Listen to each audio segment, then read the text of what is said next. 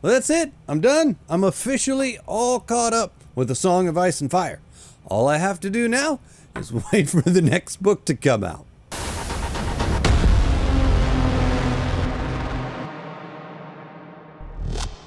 Today we're talking about A Dance with Dragons, and as with all of my other book series that I get into, once I get so far into a series, I just go full on spoilers, so let that just be your spoiler warning for the video. I won't actually be getting into a ton of like minute details. This video itself will probably be much more in like just broad strokes. And actually, to be quite honest, this video might be shorter than some of the other videos, just for the simple fact that once I get 5 books into a series, I feel like I'm kind of repeating myself because I just have to say a lot of the same things over and over and over again. And this one I kind of, we'll get into it. Don't worry about it. So this book is the follow-up to A Feast for Crows, which is the other book in the set of 2 that George R.R. Martin decided to cut the books in half based on characters. Half in this book, half in that book. But that really only applies to A Feast for Crows, because after about 700 or so pages of this book, he just decided, fuck it, and reincorporated all the characters back together. It was very strange. I was like, wait a second. Why is Arya here and Cersei and what? Where did all these characters come from, and why am I suddenly following them again? I mean, I'm not complaining because, like I said in the last video, I prefer it when all of the characters are together. So I just thought it was strange that suddenly towards the end of this book, we just got them all back. And I don't know if that's just, he decided that was the best way to reincorporate them at the end of this book so it would transition better into the next book, which I don't know why, because he didn't feel the need to do that in the last book. But then maybe he wrote them as 2 books and separated them into 2 books, and then in the 5-year gap between A Feast for Crows and A Dance with Dragons, he wrote more, so he tacked that on. I don't know how it worked. I don't know. I just know that's how it happened, I guess. Anyway, first things first, I want to go ahead and I just kind of want to continue to heap some praise onto this book and the series at large, because there are so many good things about the book and so many wonderfully next level things that I just kind of want to praise it for a little while. Because in this particular video, I'm actually going to get into a little bit of nitpicking, and I kind of want to complain a little bit as I get further into the video. But before I get into anything negative, I really want to highlight some of the wonderful things about A Song of Ice and Fire. And it all starts with the world building. And I think I've praised this more than anything else in these videos, and it doesn't even matter. I will repeat myself until I'm blue in the face.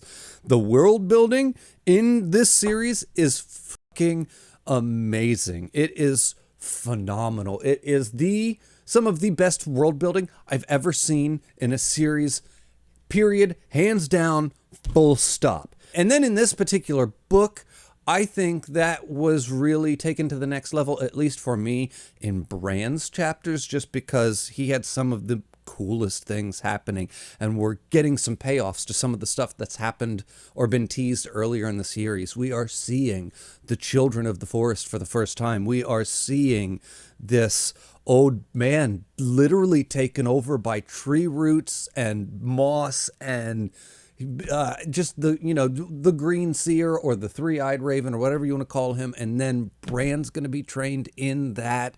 Oh my gosh, just some of the greatest things, some of the coolest things in this book were the Bran chapter, at least for me, just because, like I said, getting some of those payoffs and expanding on the world building that we've already had up to this point.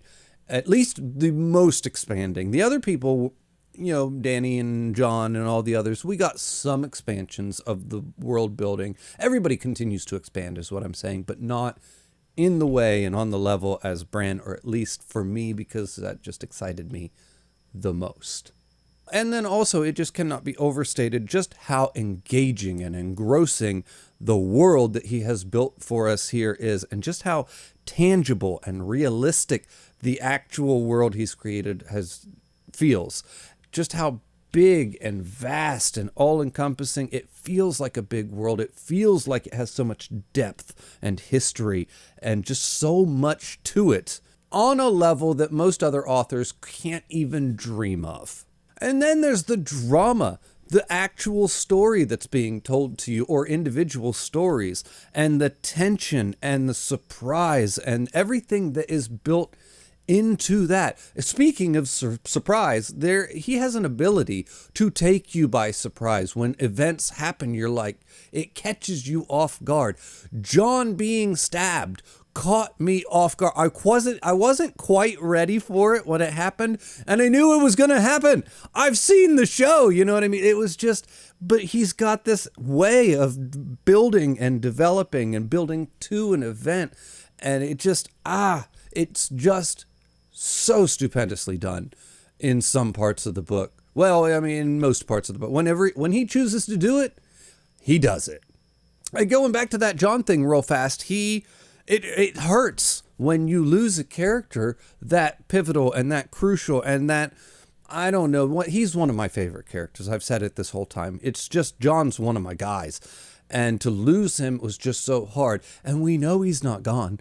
Even if he does nothing more than come back as a dog, we know he's not gone. And even that was telegraphed pretty heavily in this book. The entire prologue is about wargs and, them going into their animal when they die. And then Jon dies and he's a warg with his wolf ghost. It wasn't very cryptic. It wasn't hard to figure out. He wasn't hiding that from you at all. There's even a chapter somewhere where Bran enters a specific animal and he's weirded out because there's already somebody in that animal, and they're all like, well, yeah, that was the person who was the warg of, that bird, and they automatically just go into him when they die. Didn't you know that? So it's not even presented like something that maybe happens. It's just like, no, this is what happens when wargs die. Their spirit or some part of them, now it's the animal. Now they're in the animal. It is debatable as to how much power they have and how much, what's the word I'm looking for? Agency that they have inside of the warg after they die, or inside of the animal after they die. I don't know. Believe me, I am not the expert on Song of Ice and Fire here, or how this works. But that's pretty much the gist that I got.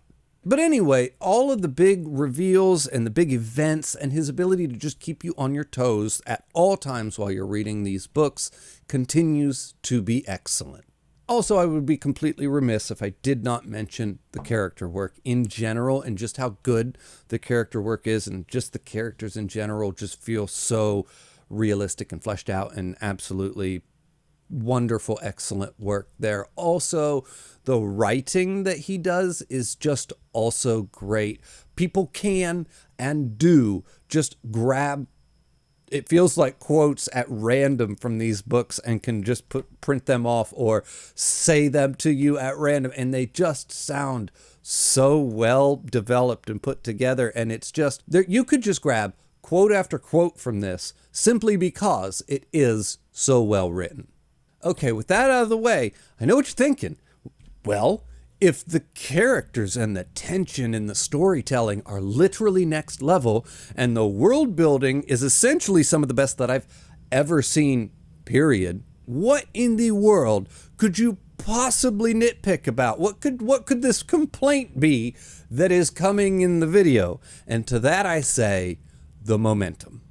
Okay, so in a book series of any kind of length, the further the book series goes and the more the tension and the drama and everything builds, and the closer you get to the end of the series or the climax of the series, you naturally expect the momentum in the series to increase. At least I do, and that is at least my normal experience with these kinds of series. Whereas in a Game of Thrones or a Song of Ice and Fire, the further we get into the series and the closer we get to the climax of the series, the more the momentum slows down. And it's like completely counterintuitive. The closer we get to the big stuff happening, the more it's like, oh, you just want to be like, come on, go, like, move along, plot, please. I don't know. I mean, okay, let's take Tyrion, for example. In this book, and this is like a 1,000-page tome, and this is a George R.R. Martin 1,000-page book, which means for any other author, this would be like 1,500 pages. The word count in his books are astronomical. So, if this was a realistically 1,500-page book for a normal author, and we have Tyrion, he has one job, and it is to get to Dany. That's it. And right, So now granted, I am very well aware that she's basically on the other side of the planet. I know. But that being said, this is like a 1,500 page book. So he needs to get from point A to point B, and he needs to meet up with this person over here. And it's like, so what are we going to do? Find transportation. 300 pages later, we're on a boat. 300 pages later, the boat's at sea now. 300 pages later, the boat's captured. And I'm like, oh my God. Like, what the fuck are we, what? And it's not just Tyrion, okay? So like, every character in this book, it's like Jon walks around the wall, does a few things, gets stabbed. Stannis leaves the wall to travel towards Winterfell to overtake it. Maybe he dies. And then you meet up with Dany, and it's like, I need to find a new husband for political reasons, gets snatched up by a dragon. Like, literally, we have like essentially a 1,500 page book. It's 1,000, but like I said, the word counts insane. But then when it comes to every single character, like the entire distance that their character follows plot-wise, I could literally sum up in a single sentence. That's how much progress they make. Narratively, I'm like, wow, that's crazy. And if I'm being 100% honest, it was actually about halfway through the book, it started to become a little bit irritating. And that's not to say that it ruined the book or the reading experience for me. The parts that I loved, I still absolutely loved. The parts that I engaged with, I still 100% engaged with. And it was also helped that this book brought back almost all of my favorite characters. I got most of my favorite POV characters back in this book, which was another thing that just helped drive me through the book, and it really kept it from feeling too bogged down and too dragged down by the decreased momentum of the book. But that doesn't change the fact that the momentum decreased, and I felt like that was not the right decision, or at least not the decision that I would have preferred in this point in a series. I just would prefer, as we push towards the end of the series, we would also increase the momentum of the series. Now, maybe I just haven't been patient enough. Maybe that's exactly what George is going to do in the next book. Maybe that's where we kick it into a different gear, and he needed these two books to get us to the point where we can shift gears or shift directions or shift something, you know, or maybe I'm just expecting something from the series that I'm not going to get. I'm not entirely sure. I just am trying to be completely honest with how I felt reading this book. And let's be honest, if we ever do get that next book, I will be right there, day one, with the rest of the A Song of Ice and Fire fans, ready to read that shit, because I am really just chomping at the bit, wanting to know exactly where this is going, wanting to know exactly what happens next, all of those cliffhanger endings that we've been getting, and I'm just ready for more. Although if I do real quick want to talk about those cliffhanger endings, I think the cliffhanger endings in A Feast for Crows was actually better. That series of like chapter endings was actually quite a bit better than the series of endings that we got in this one, even though these are great too. But man, those Feast for Crows endings were just banger after banger. They were pretty solid endings. This one was a little bit hit or miss. Jon's was great. Dany's was not as great. I don't know. But either way, I'm like right here ready for all of that shit to be resolved. I can't wait to see what happens with Jon, because we know he's not gone yet, or Cersei and Sir Robert Strong, and of course we all know exactly who that is. There's no way we haven't figured that one out, right? I want my Arya back. I want to know where Jaime and Brienne's going and all of that stuff. Actually, speaking of all of these characters, and I'm going to jump back really fast. I know I'm all over the place, but I'm going to jump back really fast to Dany.